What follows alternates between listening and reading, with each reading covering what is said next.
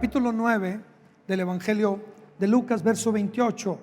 Vamos a pedirle al Señor que hable a nuestras vidas. ¿Cuántos de ustedes quieren que el Señor les hable esta mañana? ¿Cuántos lo necesitan? Sí. Vamos a, Señor, háblame a mí una vez más. Déjame una vez más, como con cincel, acuñar esta palabra esta mañana, atesorarla, grabarla en mi corazón.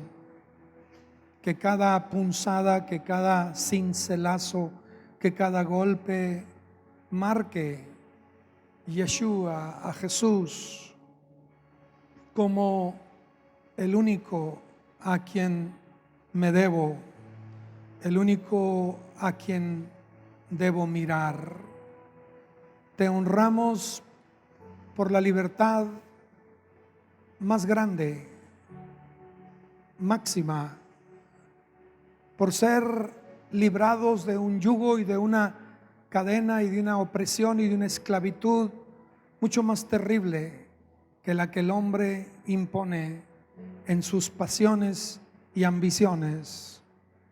Es la libertad, es la independencia, son las ligaduras de impiedad que han sido rotas, son los yugos de opresión, las cadenas de esclavitud. El tirano ha sido echado fuera y derrotado, el pecado ha sido vencido, la libertad ha llegado, la verdad ha triunfado. Señor, aquí estamos hoy. Enséñanos, Señor, enséñanos por medio de tu Espíritu Santo. Te lo suplicamos en el nombre de Jesús. Amén.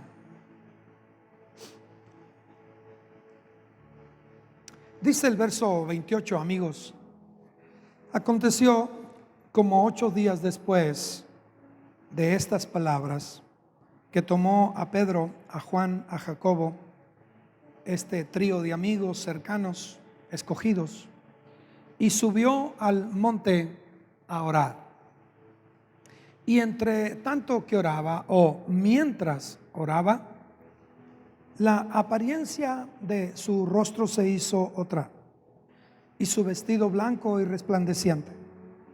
Y aquí 2 varones que hablaban con Jesús, con él, los cuales eran Moisés y Elías, quienes aparecieron rodeados ¿de qué? Aparecieron rodeados de gloria, y hablaban un tema, el tema de su partida. ¿Hablaban de qué tema? Tema de su partida. Porque en el verso 21 Jesús les anuncia su muerte. Si ustedes se fijan ahí atrásito, en el verso 21, Jesús les dice en el verso 22, es necesario, verso 22, es necesario, ¿es qué? Es necesario que el Hijo del Hombre padezca muchas cosas y que sea desechado por los ancianos, por los príncipes, por los sacerdotes, por los escribas, y que sea muerto y que resucite al tercer día. Y todavía les sugiere cómo va a morir. Si alguno quiere venir en pos de mí, niéguese a sí mismo, tome su cruz cada día y síganme. Así es que les dijo eso, y 8 días después se fue al monte y está orando. Y cuando está orando sucede algo que le debería de suceder a cualquiera que ora. Hay una transformación, hay una transfiguración, hay algo que pasa cuando tú oras. Mientras Jesús oraba, algo sucedió, algo diríamos espectacular, algo asombroso, algo sobresaliente, algo fuera de serie, algo que requiere un corazón sano, porque se puede infartar cualquiera que tenga una experiencia de este tipo, de esta naturaleza impresionante. De repente Jesús experimenta algo, pero no solamente él, sino que cuando él está allí, aparecen dos personajes, Moisés y Elías. Verso 31, y hablaban de su partida que iba a cumplir en Jerusalén. Y Pedro y los que estaban con él estaban rendidos de sueño, mas permaneciendo despiertos, vieron la gloria de Jesús y a los dos varones que estaban con él. Y sucedió que apartándose ellos de él, Pedro dijo a Jesús: Maestro, es bueno para nosotros que estemos aquí y hagamos 3 enramadas, una para ti, una para Moisés y una para Elías, sin saber siquiera lo que decía. Mientras él decía esto, vino una nube que los cubrió y tuvieron temor al entrar en la nube. Y vino una voz desde la nube que decía: Este es mi Hijo amado, a él oíd. Y cuando cesó la voz, Jesús fue hallado solo, y ellos callaron, y por aquellos días no dijeron nada a nadie de lo que habían visto. Este es un pasaje muy impresionante, muy interesante, porque se sale de la lógica nuestra, se sale de lo común, de lo que uno puede enmarcar dentro de los sentidos. Por lo tanto, entra dentro de lo que es sobrenatural. Es impresionante. Pero creo yo que enfatiza la importancia que tiene para el Padre que entendamos el lugar de Jesús, la posición que Jesús ocupa en la economía divina, en el proyecto divino, en el plan divino. Hoy se rinde culto a las personalidades. Hoy somos muy dados a rendir culto al talento, a la habilidad, aún dentro de los círculos creyentes o cristianos. La habilidad, la capacidad de ejecución, el talento en la música, de pronto no nos hace diferentes a las multitudes que asisten a los congresos, a los conciertos, y la experiencia de los que están en ese concierto a veces sí se parece a lo que vemos al interior de nuestras propias actividades. De tal manera que a veces nos interesa mucho y hasta logramos empalagar, halagar nuestro ego si tenemos una foto con tal o cual cantante o tal o cual grupo o tal o cual predicador. No tiene nada de malo. El problema es cuando el culto a la personalidad, al talento, a la capacidad que alguien tenga para hablar, predicar, enseñar, cantar, tocar o incluso hacer las obras de Dios. Es increíble que alguien que pueda tener el don de Dios para orar por los enfermos y que sanen.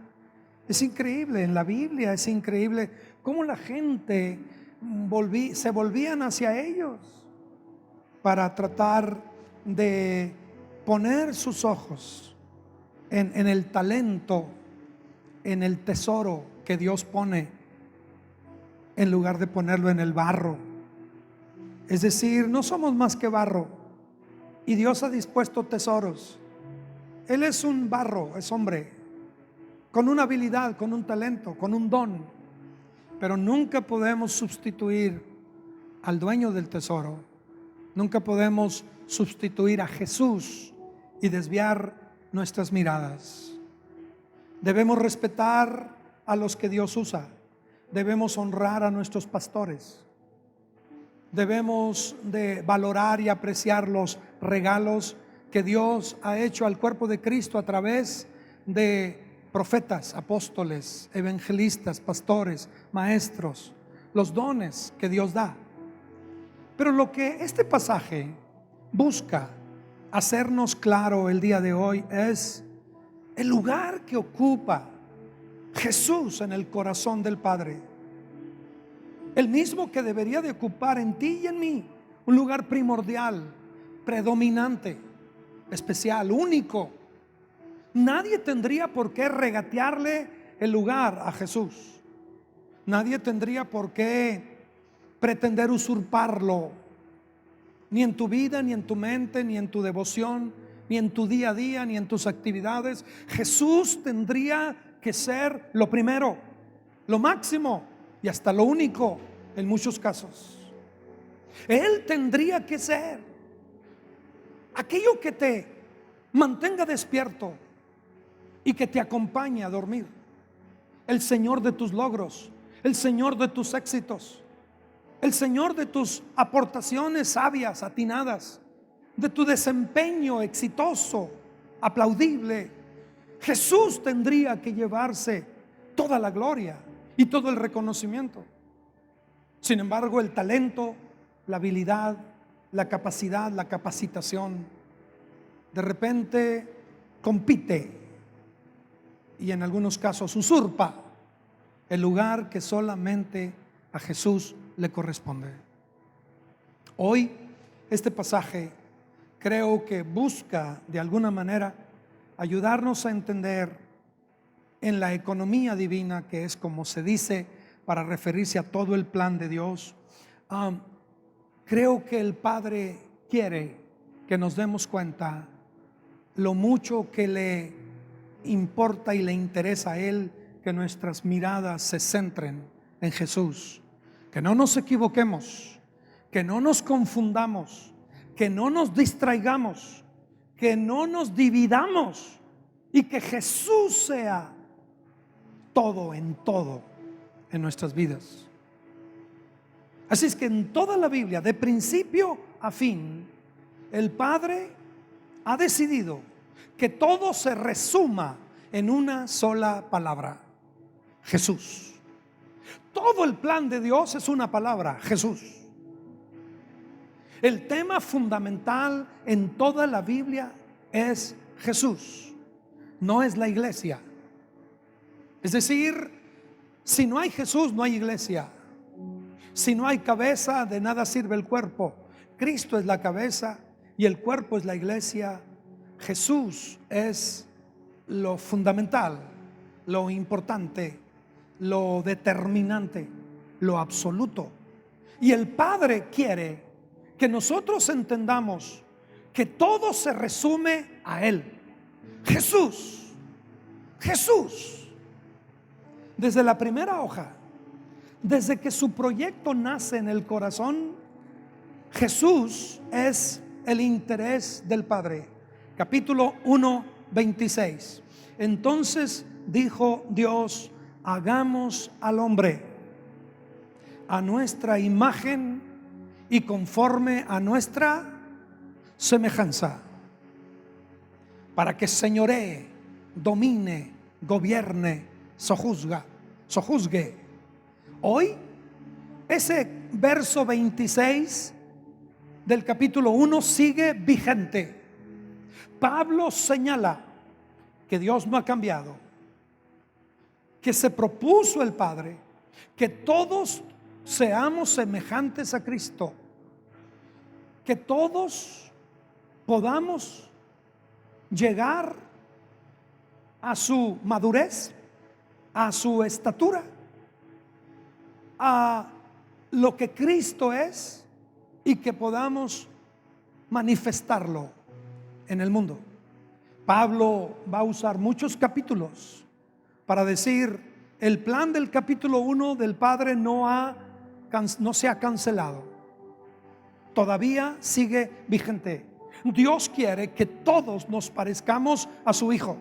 Dios quiere que todos aspiremos como blanco y como meta ir a la semejanza Cristo. Puede llegar el momento en que tú y yo podamos decir como Pablo: señores, ya no vivo yo, ahora vive Cristo. Cuando alguien ve mis ojos, ve los de Cristo. No hay odio en mis ojos, porque Cristo no odia. No hay codicia, no hay pasiones desordenadas en mi mirada, porque Cristo no lo hace. Sus ojos no transmiten. De tal manera que cuando alguien ve tus miradas, debería de verlas de Cristo. ¿Saben qué rápido cuando alguien nos ve y ve nuestros ojos, nos saca una radiografía inmediata?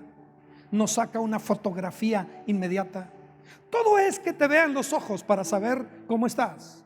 Incluso en el mundo espiritual hay veces que uno puede discernir cuando una persona tiene espíritus viendo sus ojos. Los ojos se proyectan, los espíritus se proyectan en los ojos. Jesús dijo: la lámpara de todo el cuerpo es el ojo. De tal manera que las personas, tú cuando ves y estás enojado, se te nota. Tú cuando ves descuidadamente, indebidamente a una mujer como varón, o como mujer hacia el varón, como varón hacia la mujer y como mujer hacia el varón, cuando tú ves descuidadamente, en tus ojos se te nota. No hay manera. Cuando tú ves un carro o una casa o las cosas, no solamente es cierto en las relaciones interpersonales, es cierto en todo. Así es que cuando el Padre en el capítulo 1 anuncia que se ha dispuesto un proyecto humano, un proyecto de representación de Él aquí, entonces tiene como molde y figura, tiene como el ejemplo, tiene a Jesús. Y entonces se propone que todos alcancemos la medida, la estatura, la madurez, la templanza, la mente de Cristo, el hablar de Cristo, el andar de Cristo, el hacer de Cristo, hasta que la gente lea a Cristo en nuestro estilo de vida, en nuestra forma de vivir. El plan de Dios desde el principio se llama Jesús, Cristo. No hay otro, no hay otro, no hay otro. Así es que dice aquí que cuando el hombre falla, en la siguiente hoja, dice que cuando el hombre falla, el plan no se cancela, el plan sigue. Dice aquí en el capítulo 3, si quieren, dice: entonces le dijo a la mujer, verso 15, y entonces le dijo a la mujer, le dijo a la serpiente, pondré enemistad entre ti y la mujer. Pondré enemistad entre tú, serpiente, y la mujer. Habrá una enemistad. Ya sabemos quién es la serpiente. Ya sabemos quién es la serpiente. Y va a haber una amistad de la mujer con la serpiente. Verso 15: pondré enemistad entre ti y la mujer, entre tu simiente y la simiente suya. La simiente de la mujer, lo que va a surgir de la mujer. ¿Qué va a surgir de la mujer? Va a surgir un bebé, va a surgir un pequeño, un niño, y le van a poner por nombre Jesús. Y trae desde el vientre un pleito casado. La simiente de la mujer, en este caso, ya trae una enemistad muy clara, y esa enemistad que se va a desarrollar va a ser una enemistad contra la serpiente de parte de la simiente que va a surgir de la mujer. Pero los resultados en cuanto al daño que se hagan van a ser totalmente muy diferentes. La simiente de la mujer va a herir a la serpiente en la cabeza, y lo único que logrará la serpiente dañar a esa criatura será los rasguños que pueda provocar en los tobillos, en los talones. El plan de Dios se llama Jesús. Ante la falla, Jesús. Ante la falla, inmediatamente se dice: pero va a nacer alguien de una mujer y le va a aplastar la cabeza a la serpiente. Y en el verso 21 nos explica la manera en que ese proyecto, ese plan se va a realizar. Dice el verso 21: y Jehová Dios hizo al hombre y a su mujer túnicas de pieles y los vistió. La imagen del idioma en el hebreo es que todavía había sangre fresca. Todavía había sangre fresca en las pieles. Todavía existía esa realidad de una vida que se termina. Y cuando el Señor viste, los cubre, la sangre los cubre, la vida de alguien más entra en el plan y en el proyecto para cubrir la vergüenza. No es una vergüenza de andar desnudos, porque toda la vida anduvieron desnudos, pero además no había quien los viera. Es inútil taparse con higueras o con hojas de cualquiera que sea el árbol. Es inútil, porque la vergüenza no es la externa, es una vergüenza que va mucho más adentro. Y entonces el plan de Dios es Jesús. La sangre cubre, la sangre protege. Y ahí leemos que Dios fue el medio o el plan de Él establecer una cobertura, una túnica, las pieles. Es importante que ustedes y yo podamos percibir en el corazón del Padre el lugar que su Hijo ocupa. Es muy importante.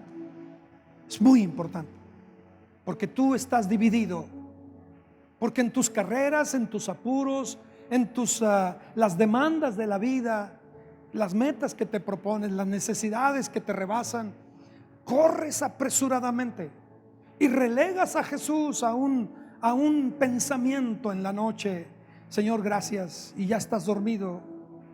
O perdóname, no pude orar este día, pero sí pudiste manejar, sí pudiste ir 8 o 10 horas al trabajo, sí pudiste ir a la escuela a llevar a tus hijos, sí pudiste tomarte café con un cliente, sí pudiste responder llamadas, sí pudiste entrar al Facebook, sí pudiste atender las redes.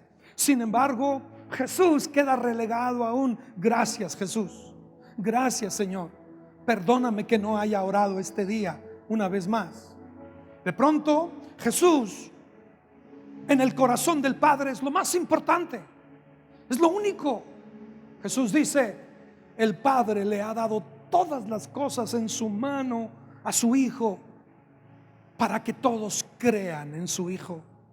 De alguna manera, queridos amigos, queridos hermanos, nos damos cuenta que el plan del Dios se llama Jesús. El plan de Dios para tu vida, el plan de Dios para la humanidad, el plan de Dios para los hombres se resume en una sola palabra o en un solo nombre: Jesús, que literalmente quiere decir salvación. La salvación se encierra en un nombre, es el nombre de Jesús. Y tú y yo deberíamos de tener el mismo interés que tiene el Padre en Jesús. Siguen conmigo aquí. Ahora, cuando nosotros abrimos el Evangelio y nos acercamos al cumplimiento del plan de Dios, nos damos cuenta que Dios no ha variado, que el Padre no ha cambiado. El plan sigue. Uno lee los evangelios, lee los profetas, lee los salmos, lee los escritos, y en cada uno de ellos la figura predominante es Jesús. Siempre, todo apunta a Jesús. en el Génesis, en el Éxodo, en Levíticos, en Números, en Deuteronomio, todo apunta a Jesús. Cuando vemos el tabernáculo en el desierto, una puerta de 9 metros 20 centímetros, la única puerta que hay, apuntando hacia donde sale el sol, el este. Enfrente la tribu de Judá. Hay 3 tribus, pero la primera es la tribu de Judá. Jesús va a nacer en la tribu de Judá y enfrente tiene una puerta grande de 9 metros.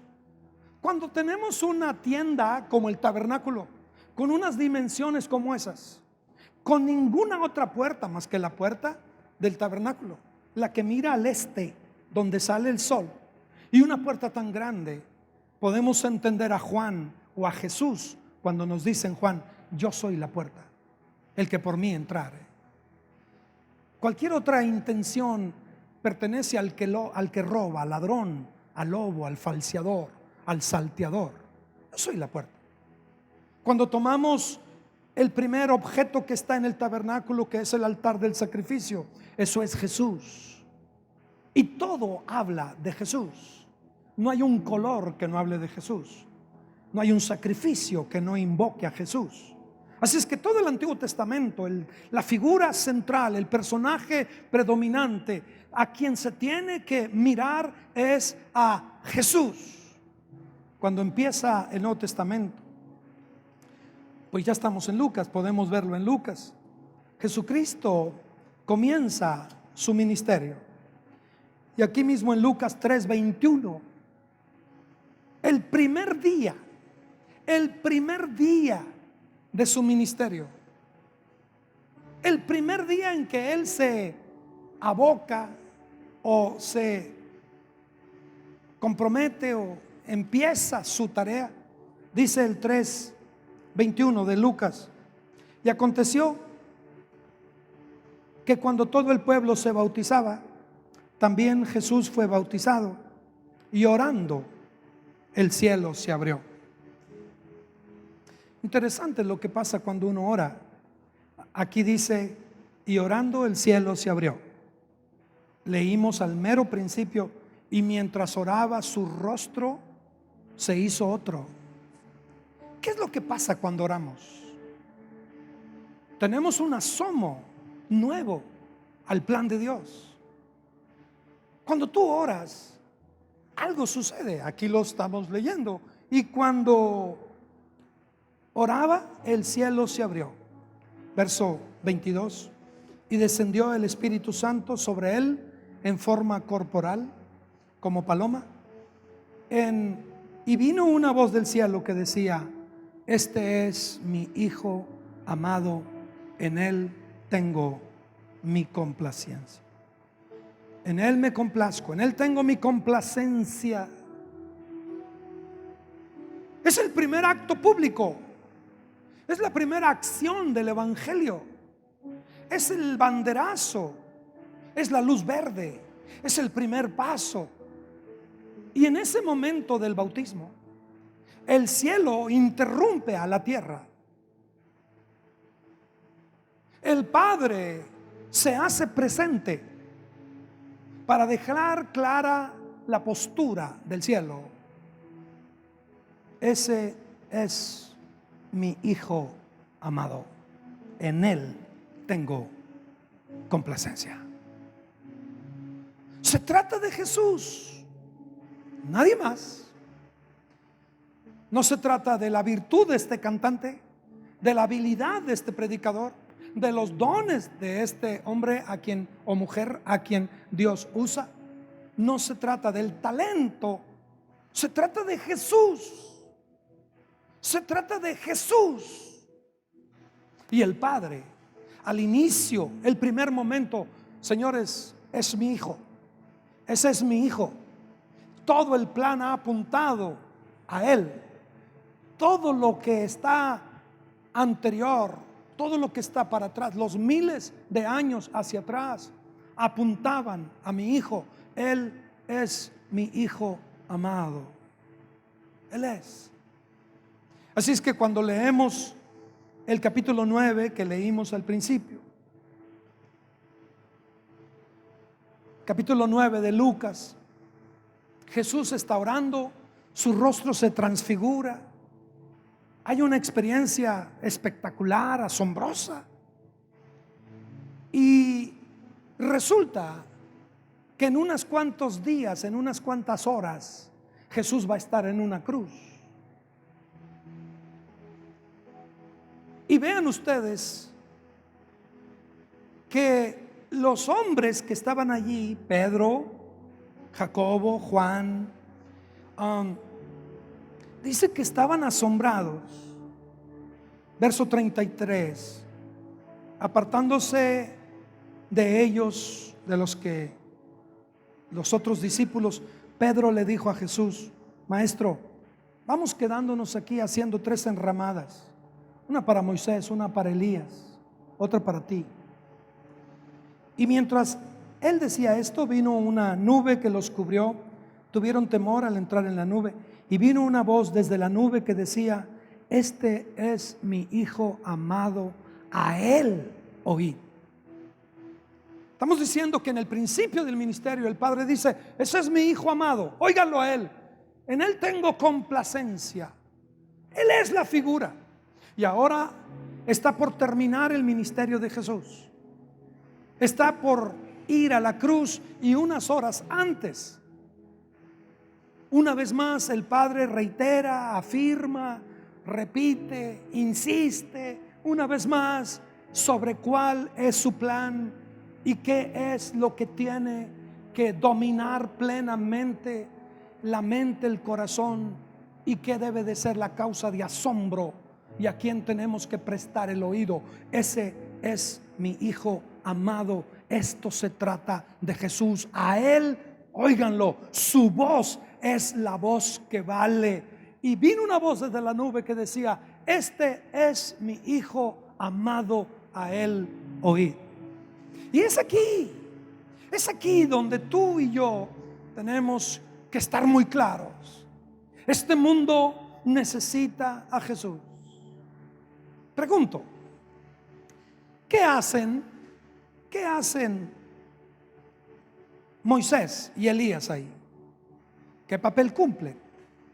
Bueno, Moisés es responsable de los primeros 5 libros de la Biblia. Se le llama la ley, la Torá. Moisés es responsable de los primeros 5. Elías representa a todo el resto, que los judíos llamaban los profetas. Así es que tenemos a Moisés representando a los 5 libros de la ley, y tenemos a Elías representando a todos los profetas. Tanto Moisés como Elías y todos los demás profetas siempre apuntaron a uno que iba a venir. Siempre señalaron que llegaría un momento donde vendría alguien, y obvio, sería Jesús. Dios intervendría en el quehacer del hombre, en la vida del hombre, y su plan sería a través de una persona. Y Moisés está ahí para decir: señores, aquí estoy. Todo apuntaba hacia él. Y Elías, y pudieron haber habido más personajes, y todos iban a coincidir en lo mismo. El plan de Dios se llama Jesús. El plan de Dios es su Hijo. A quien se tiene que seguir es a Jesús.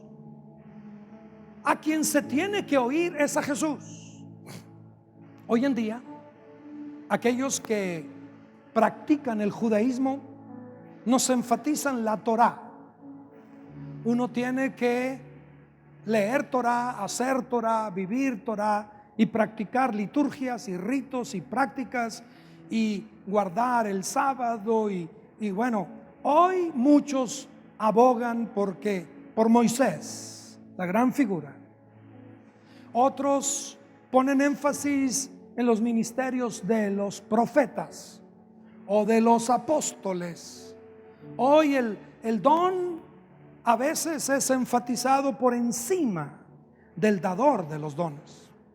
Hoy de pronto la gente admira y levanta muy en alto a alguien que puede tener un don profético o apostólico o evangelístico o un pastor o un maestro.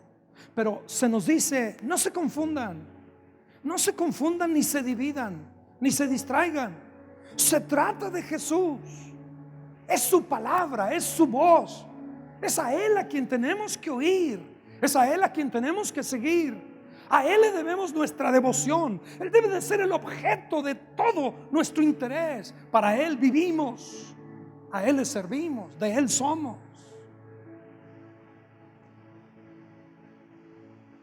Así es que Moisés, muy importante en el plan de Dios. Elías, impresionante la vida de Elías. Pero no se trata de Moisés, ni se trata de Elías, se trata de Jesús. Y el Padre quiere dejar claro que se trata de Jesús. Vean ustedes Juan, aquí el libro que sigue es el Evangelio de Juan. El Evangelio de Juan es interesante en el capítulo 1, verso 19. Capítulo 1, verso 19. Dice: este es el testimonio de Juan. ¿Qué Juan? El Bautista. Uno es el que escribe, Juan el Evangelista, y otro es Juan el Bautista. Pues este es el testimonio que dio Juan el Bautista cuando los judíos enviaron de Jerusalén sacerdotes y levitas para que le preguntaran: ¿tú quién eres? Hace 400 años que no hay un profeta. El último se llamó Malaquías. Se cerró el Antiguo Testamento y no hubo un profeta. 100 años, 200, 300, 400 años, no hay un profeta. Y de pronto aparece uno extraño, raro, diferente. Come diferente, raro. Se viste diferente. Su greña, su pelo, diferente. Su mensaje, diferente. Así es que a una tierra sedienta de una voz profética, de un personaje Juan el Bautista atrajo multitudes. Literalmente dicen los evangelios que los pueblos se vaciaban porque todos iban rumbo al río donde este loco de aspecto raro predicaba. Y claro, a algunos kilómetros, más de 160 kilómetros, en la sede del poder religioso, en la cumbre, ahí donde están todos los poderes de la religión, en Jerusalén, llamó la atención. Y mandaron a una comitiva desde Jerusalén con un solo propósito: averigua qué está pasando por allá. Queremos saber quién es. Nosotros aquí en Sonora supimos del subcomandante Marcos en el otro extremo del país. Nos enteramos de su familia, del color de sus ojos, de dónde estudió, de qué esto y lo otro y aquello. De pronto supimos todo de él. Igual, ¿quién eres tú? Siguiente versículo dice aquí Juan: confesó Juan y no negó, sino que confesó: yo no soy el Cristo. Hay un punto donde todos de alguna manera reflejamos con nuestras conductas necesidades, y una de ellas es la necesidad de atención.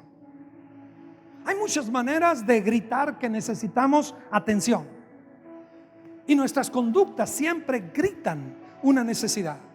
Si tú compras ciertas cosas, con lo que escoges comprar, gritas tu necesidad. Si un niño hace berrinche, grita su necesidad. Si un marido se comporta de cierta manera, grita una necesidad. Aún en la infidelidad de hombre o mujer en un matrimonio, se está gritando una necesidad. Un adolescente que se mete a una pandilla, grita una necesidad. Un joven que prueba la droga o se vuelve aficionado a la cerveza, grita una necesidad. Todos gritamos una necesidad. Pues claro, pero una de ellas es llamar la atención. Y aquí tenemos a un personaje, se llama Juan, y los reflectores todos apuntan a él. Conocido, famoso, ha atraído a miles. Y la gran tentación es quedarse con una pizca, con un pedacito de gloria. ¿Por qué no? Finalmente de eso se trata. Que la gente nos observe, o nos admire, o nos reconozca, o nos dé likes, o nos mande algún comentario halagador. De eso se trata, para muchos de eso se trata. Pero aquí tenemos a Juan que dice: señores, yo no soy el Cristo. Yo no lo soy. No me miren a mí. Entonces la siguiente, la conversación sigue, y el verso 21, y le preguntaron: ¿qué pues? ¿Eres tú Elías? Dijo: no. ¿Eres tú el profeta? Y él respondió: yo no soy. Digo, cuando llega un momento donde a ti te ponen a nivel de personajes como el profeta anunciado en el Éxodo o en Deuteronomio, impresionante. Alguien como yo, alguien como tú, le dijo Dios a Moisés, levantará Dios. Impresionante. Todos esperaban: ¿cuándo va a venir aquel que Dios anunció a través de Moisés? Alguien como yo levantará. Y de repente le están diciendo: ¿eres tú el que está cumpliendo la profecía de Moisés en Deuteronomio? ¿Tú eres tú Elías? Aquel que se levantó y fue llevado sin morir, sin experimentar muerte, fue llevado a la gloria. ¿Eres tú? Y de repente él: no, yo no soy. No se trata de mí. No se trata de mí. Siguiente versículo, el verso 22. ¿Quién eres pues? Para que le demos respuesta a los que nos enviaron.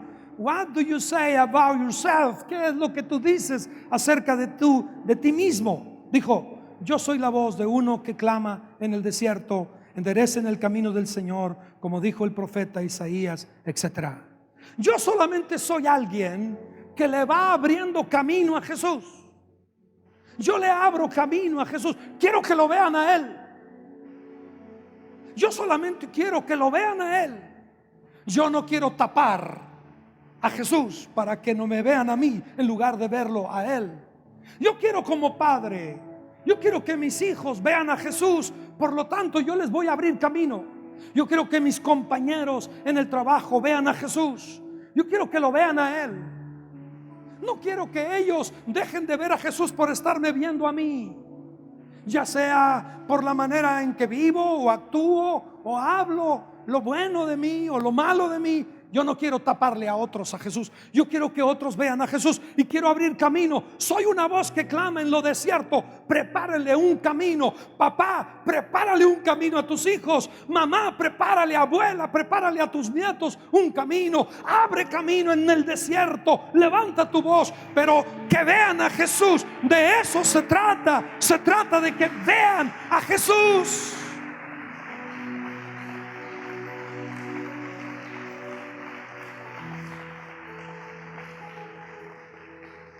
No se trata de otra cosa, se trata de Jesús.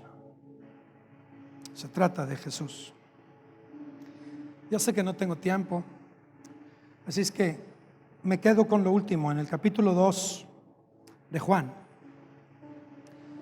Al tercer día se hicieron unas bodas en Caná de Galilea, y estaba ahí la madre de Jesús. Juan le llama madre de Jesús. Y fueron también invitados a las bodas Jesús y sus discípulos. Y faltando el vino, la madre de Jesús, otro énfasis de Juan, el escritor, le dijo: no tienen vino. Jesús le dijo: ¿qué tienes conmigo, mujer?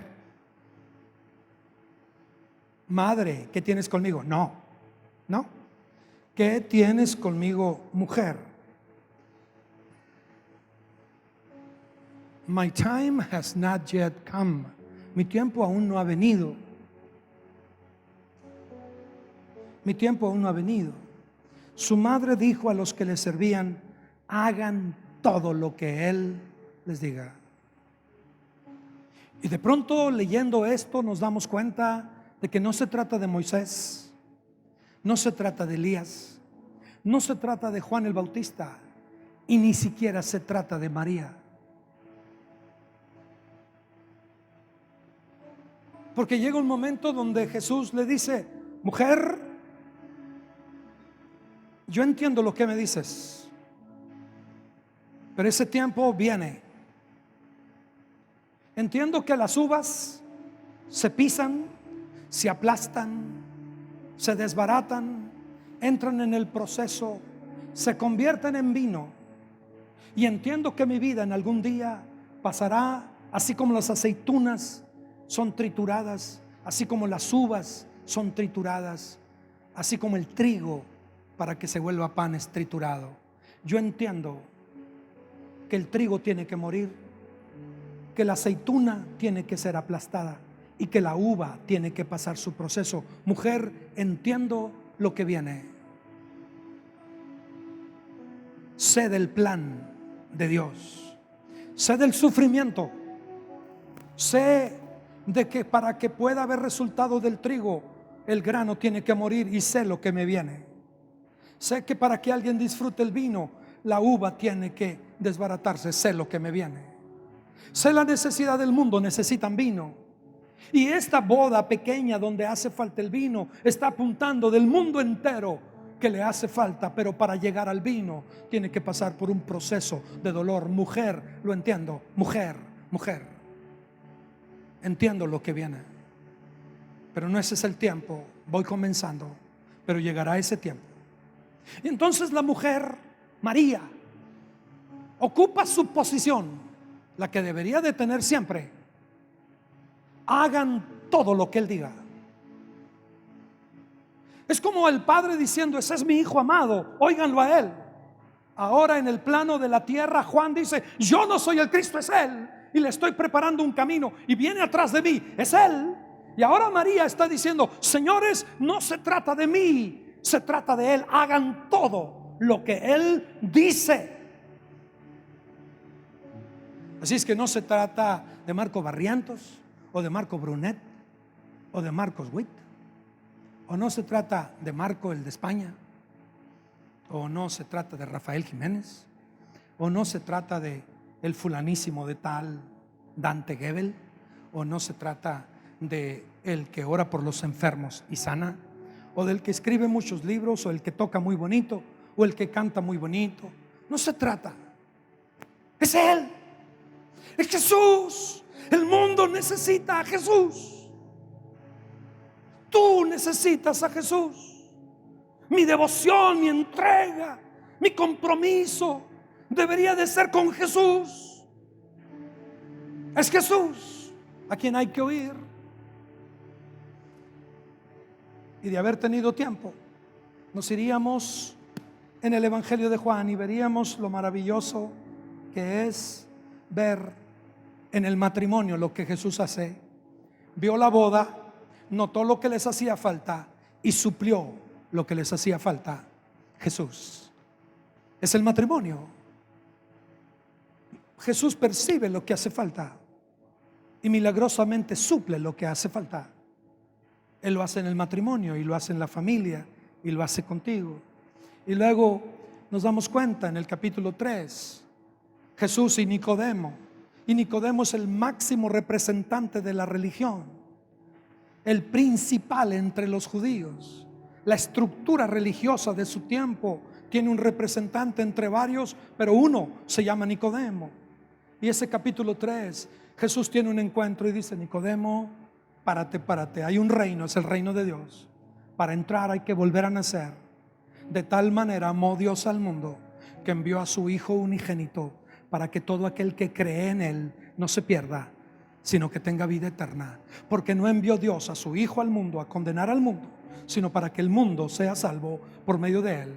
El que en Él cree, en el Hijo, tiene vida eterna. El que no cree ya es condenado, porque no ha creído en el nombre del unigénito Hijo de Dios. Nicodemo, no te confundas. No es religión, no es estructura, no es organización, no son dogmas, no es liturgia, no son ritos, no son prácticas, no son fiestas, no son costumbres, no son tradiciones. Se trata del Hijo, el que cree en el Hijo. Todo lo que es el Padre se lo ha dado al Hijo para que todos, todo lo que tiene el Padre se lo ha dado al Hijo para que todos crean en el Hijo. Capítulo 3, Nicodemo. Y el capítulo 4, extraordinario, increíble. De la máxima representación de la religión en el capítulo 3, nos vamos a la peor manifestación de las conductas humanas en una mujer que ha tenido 5 maridos y el que tiene el sexto tampoco es su marido.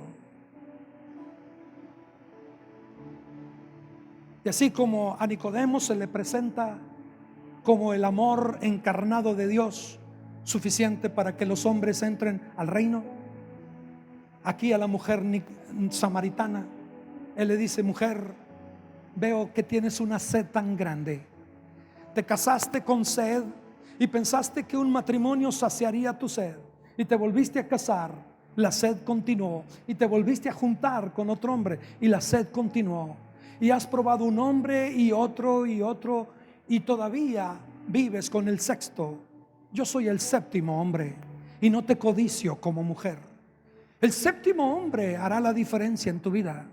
Si tú bebes del agua que yo te daré, nunca volverás a tener sed jamás, porque el agua que yo te daré va a saciar los reclamos más profundos de tu mundo interior. El que bebe el agua que yo le daré va a ser dentro de él como una fuente que permanentemente va a brincar con borbotones de agua, borbollones de agua. Es una fuente eterna que va a durar para siempre. Mujer, ven. Y la mujer dijo: wow, y salió corriendo. Y aquella mujer empezó a hablar de puerta en puerta, dijo: vengan, y empezó a abrir un camino como Juan el Bautista, en su moral, en su ética, en su testimonio, siendo una mujer señalada, siendo una mujer frustrada, vacía, sedienta, una mujer que no representa quizá lo más aplaudible o moral que uno pudiera decirlo, pero Jesús nos lleva de un capítulo a otro para decirnos: no se trata de otra cosa, se trata de Jesús. Así el religioso o la peor conducta humana o el matrimonio o la familia. El capítulo 5 habla de un estanque donde está lleno de enfermos y hay un paralítico de 38 años, y Jesús llega en el capítulo 5, le dice: ¿quieres ser sano? Y el último cuadro es un hombre brincando sano. Jesús para el enfermo, Jesús para el matrimonio, Jesús para la familia, Jesús para el religioso, Jesús para el que ha perdido el camino. Jesús, Jesús, Jesús. El que nos ve en internet necesita a Jesús. Tú necesitas a Jesús. Yo necesito a Jesús. Él debe ser nuestra devoción.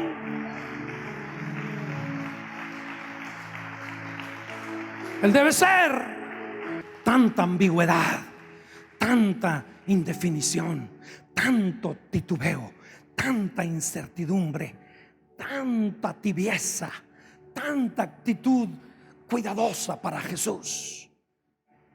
No nos cuidamos para parecer ridículos en ciertos momentos. Ridículos. No nos cuidamos. No nos cuidamos. A veces nos vestimos, a veces nos peinamos, a veces nos manifestamos. Ridículos.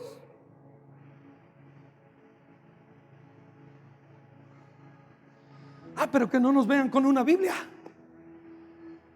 Pero que no traigamos a Jesús a una conversación, porque nos estorba. Tanto titubeo, tanta ambivalencia, tanta indefinición, tanto temor, tanta duda. Aún así cantamos el himno nacional hoy: vivan los héroes que nos dieron patria. Viva Hidalgo, viva Morelos, viva Allende, viva Josefa Ortiz, viva, viva, viva. Yo digo esta mañana que vivan. En el plano que vivan. Pero yo digo que viva Cristo este día. Aleluya. Aleluya. Cuando te presentes delante de Jesús, Jesús dice: yo no te voy a juzgar allá. Son mis palabras que has oído de mí las que te van a juzgar. La respuesta que has dado a mis palabras. Cuando estemos allá no habrá automóviles al lado, casas, cuentas, ropas, marcas. Eres tú y Cristo. Soy yo y Cristo. Vuélvete a Cristo con todo tu corazón. Vuélvete a Cristo con todo tu corazón. Abandona tu tibieza, tu indiferencia, tu descuido, tu apatía, tu indolencia. Gracias a Dios por Moisés. Gracias a Dios por Elías. Gracias a Dios por Juan el Bautista. Gracias a Dios por María. Pero ninguno de ellos quiere hacerle sombra a Jesús. Dios tuvo que esconder el cuerpo de Moisés y nunca lo hallaron, porque si lo hubieran encontrado, lo hubieran hecho un ídolo, lo hubieran hecho un símbolo. La Biblia dice que duraron meses buscando el cuerpo de Moisés, y la Biblia dice que Dios lo escondió. De haber encontrado los restos de Moisés, sabrá Dios qué hubiera hecho el pueblo si en un ratito hicieron un becerro de oro. ¿Cómo andas con Jesús? ¿Cómo andas? ¿Qué tan tirado lo tienes? ¿Qué tan abandonado lo tienes? ¿Es Él tu primer pensamiento y tu último? ¿Qué lugar ocupa Jesús, querido amigo, hermano, en tu vida? ¿Te has enamorado de Él? ¿O ese amor ya se volvió reclamable? Tengo contra ti que has olvidado, perdido tu primer amor. Vuélvete, regrésate a mí, dice Jesús. Iglesia, eres tibia para conmigo, y no hay relación que se mantenga en esa indefinición, en esa tibieza. No puede una mujer vivir todos los días preguntándote: ¿me quieres? ¿Me quieres? ¿Me quieres? Y Jesús dice: no puedes tener tibieza para conmigo. No puedes tener tibieza. Saca la tibieza, vuélvete a mí.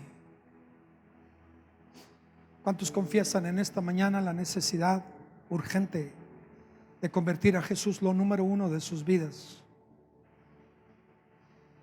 ¿Cuántos admiten descuido? Háganme así. ¿Dónde ha quedado Jesús? Es lo más importante, tan importante que el Padre dijo: de aquí en adelante, por lo que Él ha hecho, le doy un nombre que es sobre todo nombre. Dice Filipenses: habiendo puesto su vida, le dio un nombre que es sobre todo nombre, para que en el nombre de Jesús se doble toda rodilla de los que están en el cielo, en la tierra y debajo de la tierra, y toda lengua confiese que Jesús es el Señor, para la gloria de Dios. Que el Señor te bendiga y te guarde. Que el Señor haga resplandecer su rostro a favor tuyo. Que Dios tenga misericordia y que siempre esté de tu lado. Que Dios bendiga tu entrada y tu salida, tu acostarte y tu levantarte. Que Dios bendiga la obra de tus manos, tu trabajo. Que Dios bendiga el fruto del vientre, tus hijos. Que Dios bendiga tu alacena. Que Dios te bendiga en el campo y que Dios te bendiga en la ciudad. Que cuando tu enemigo se atreva a venir contra ti por un camino, que salga huyendo por 7 caminos de delante de ti. Que cuando nos volvamos a encontrar, no se te despegue de tu boca Jesús. No se te despegue de tus pensamientos, de tu corazón, de tu devoción, de tu día. Que tus retos los enfrentes con Él, que tus oportunidades les des gloria a Él, que cada momento que vivas Jesús se convierta en todo, el todo en todo para tu vida. Que este día puedas hacer la decisión más importante de rendirte a Él, de entregarte a Él, de aceptarlo a Él, de venir a Él y decirle: me rindo a ti, me entrego a ti. Que hoy una vez más podamos celebrar el hecho de ser de Cristo y de amarlo, de habernos encontrado con Él, conocerlo. A su nombre la gloria en esta mañana. Habrá alguien que diga: pastor, yo quiero rendirle mi corazón, quiero entregarme a Él de hoy en adelante. Nunca lo he hecho, pero esta es mi primera vez. O no me había decidido, pero este es mi día. Quiero rendirme a Cristo. Alguien que diga: yo, pastor, yo quiero entregarle mi corazón a Jesús. Nunca lo ha hecho antes, pero este es su primer día. Levánteme la mano aquel que dice: yo me rindo a Cristo. Quiero ver si hay manos. Nunca quiero dejar pasar la oportunidad. Dios bendiga sus vidas.